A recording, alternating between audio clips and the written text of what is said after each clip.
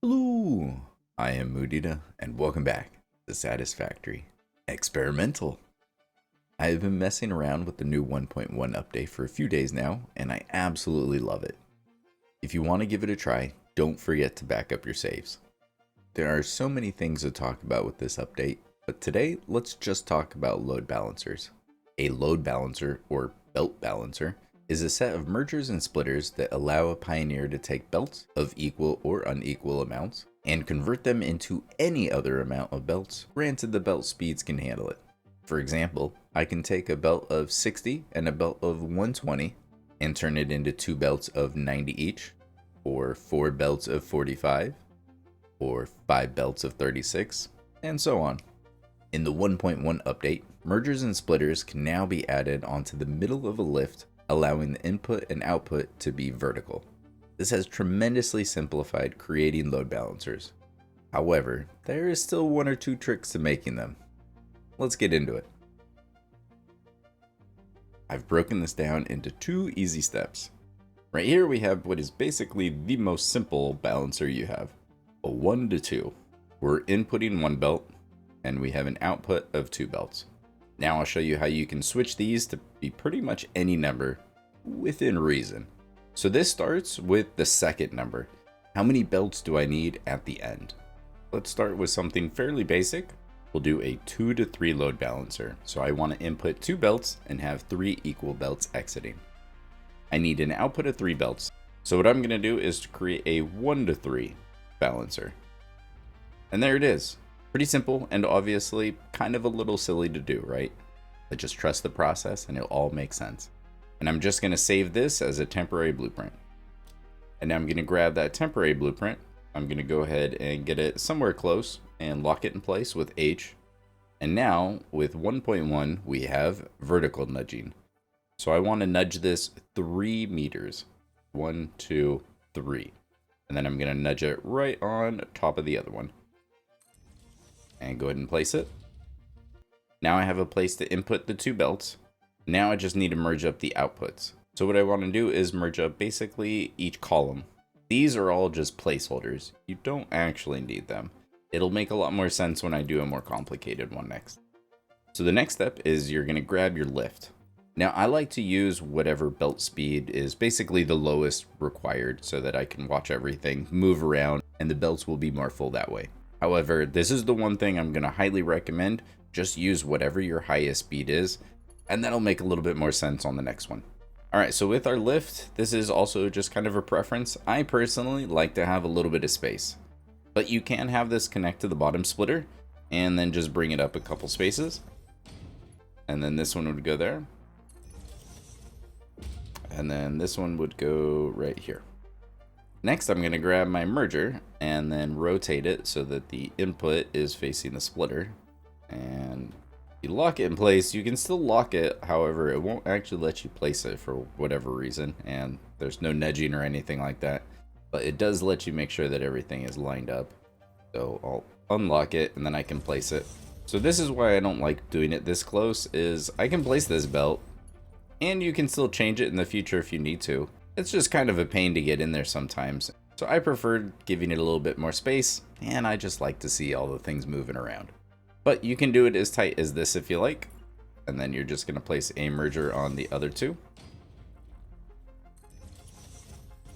And then you just need to connect the mergers and the splitters. Now this is obviously too tall, so what you want to do is just replace them afterwards. And there you have a 2 to 3 balancer. Now if you want all of these back on the ground, you can just add another lift. And bring them back down. My one wish is in the future that these are actually a standalone object instead of only being able to add to a belt.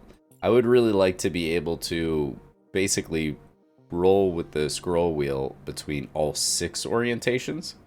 Because with the merger, I'm rotating where the output is. So instead of only having these 4 directions, it'd be really nice if we could add up and then down. And then once you click it once, then I could rotate where the other 2 inputs are, kind of on the side like you do here, or something. I would just really like them to be their own object that isn't only added to a lift. it is slightly limiting. And as you can tell, the icons are still bugged, so those are backwards, and I would assume that's probably going to get fixed. And there we go, there's our 2 to 3 balancer. So now let's do something a little bit more complicated. Do something like 4 belts into 5 belts. And just like before, we're going to start by creating a 1 to 5, and then we're going to stack it up 4 times. And this right here is a 5-way split that can handle 1,000 items per minute.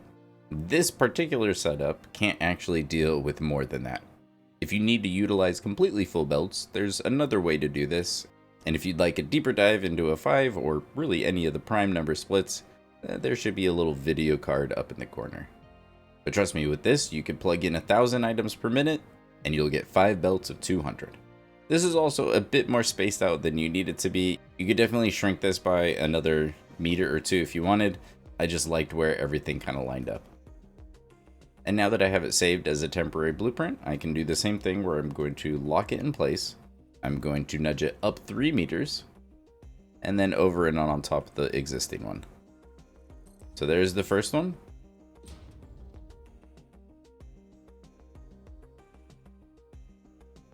There's number 2.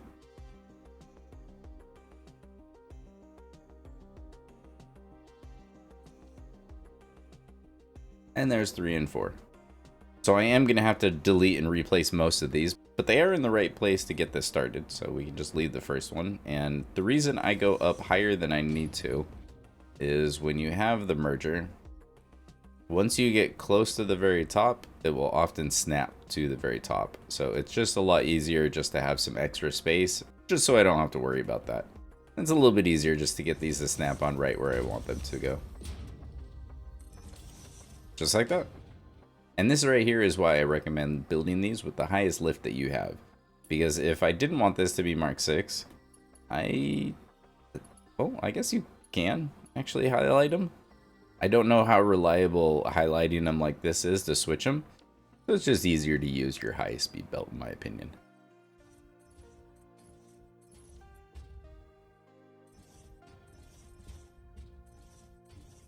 And now I can delete all of these temporary belts. And now we just need to reconnect all these. With all the connections in, we can replace the top of the lifts. And again, if you don't want them to exit all the way up here, unless you're going to run them along the roof, then maybe that is convenient for you. You can just add one more lift and bring them back down to the floor. And here we have a balancer where you can input 4 different belts of equal or unequal amounts. And as an output, you will get 5 completely equal belts. Alright, so let me go through one last trick because I'm sure some of you are wondering, why didn't I just put it in blueprint mode and snap it right on top? Because realistically, you should be able to just do this, right?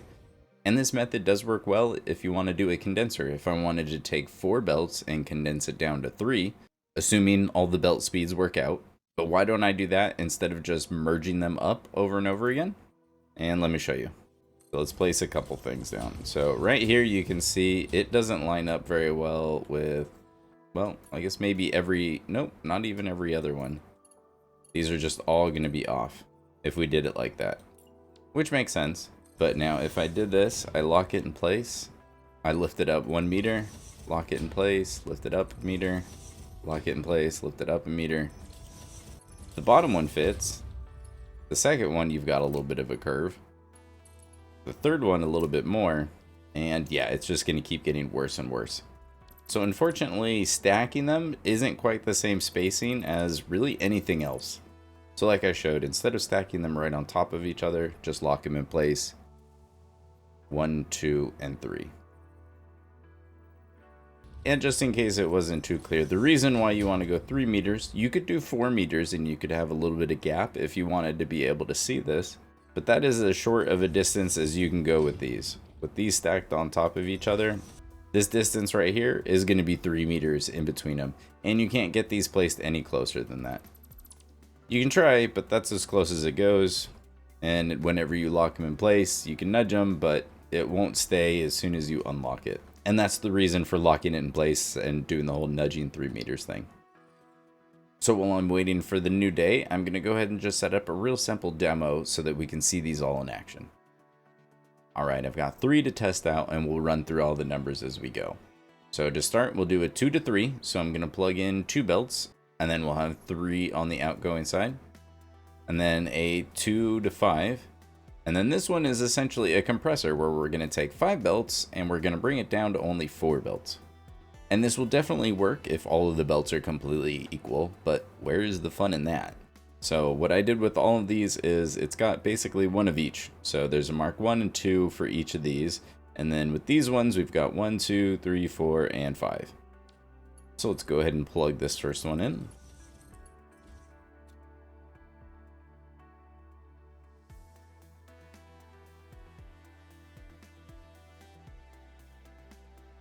One of the great things about 1.1 is now I even have a tool to be able to check. Okay, a Mark 1 and a Mark 2 may not have been the best examples, so let's make it more interesting and we'll upgrade this one to Mark 3. Means these are all Mark 2.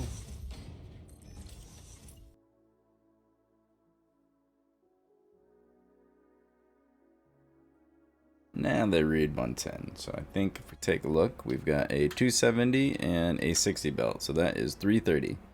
Divided by 3, 110 on each belt. There we go. Next up, the 2 to 5. So same drill, we're going to do a Mark 1 and a Mark 2.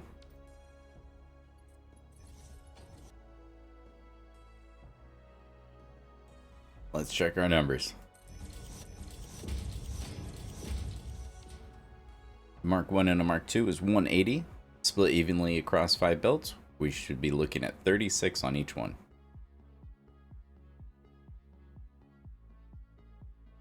$36 on each one, just what I wanted to see. Last but not least, the 5 to 4 balancer, or compressor if you want to call it that.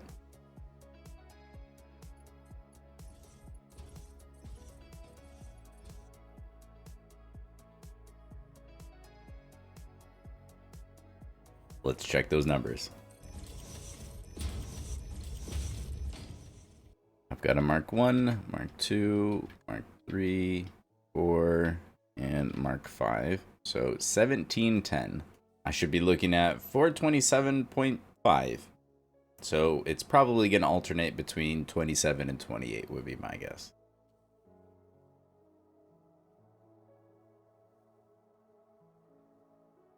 And there we go. 28, 27, it'll just keep flipping back and forth between the two, which is fine by me. So I absolutely love these conveyor throughput monitors, and when you look at them, you can kind of get a picture of it, which is really interesting because it'll show you in increments of like 30. The only request I have of Coffee Stain is let me snap these to, especially one another. Like if I place one, like let the next one over be able to, you know, snap to this one so that they're all in a straight line if that's what you're going for. You know, if I'm holding control. If I don't want that, then I don't have to hold control and just let it go wherever. But I tried everything. I tried placing, you know, splitters and mergers down. It doesn't snap to that. I tried beams. I tried just connectors. I tried pipeline junctions because, you know, that would make a lot of sense. But nope, it just doesn't snap to anything.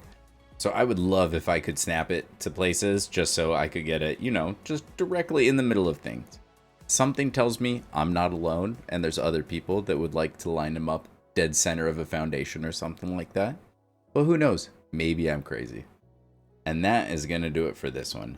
So hopefully this was a fairly easy method to follow. You basically take the amount of outgoing belts that you need, create a singular load balancer for that, and then stack it up for as many input belts as you have. Once 1.1 officially hits, I'll share a whole bunch of balancers that I come up with. But because it's still just a little bit buggy, I'm going to hold off and wait for the official release before I start sharing any of the blueprints. But hopefully this inspires you to come up with some blueprints on your own. But if you want to wait till after the update is released, a whole bunch of these will be available for free on my Google Drive. If you have any questions, comments, concerns, or suggestions for future tips and tricks type videos like this, let me know down in the comments below. I'll look forward to those. And thanks for watching.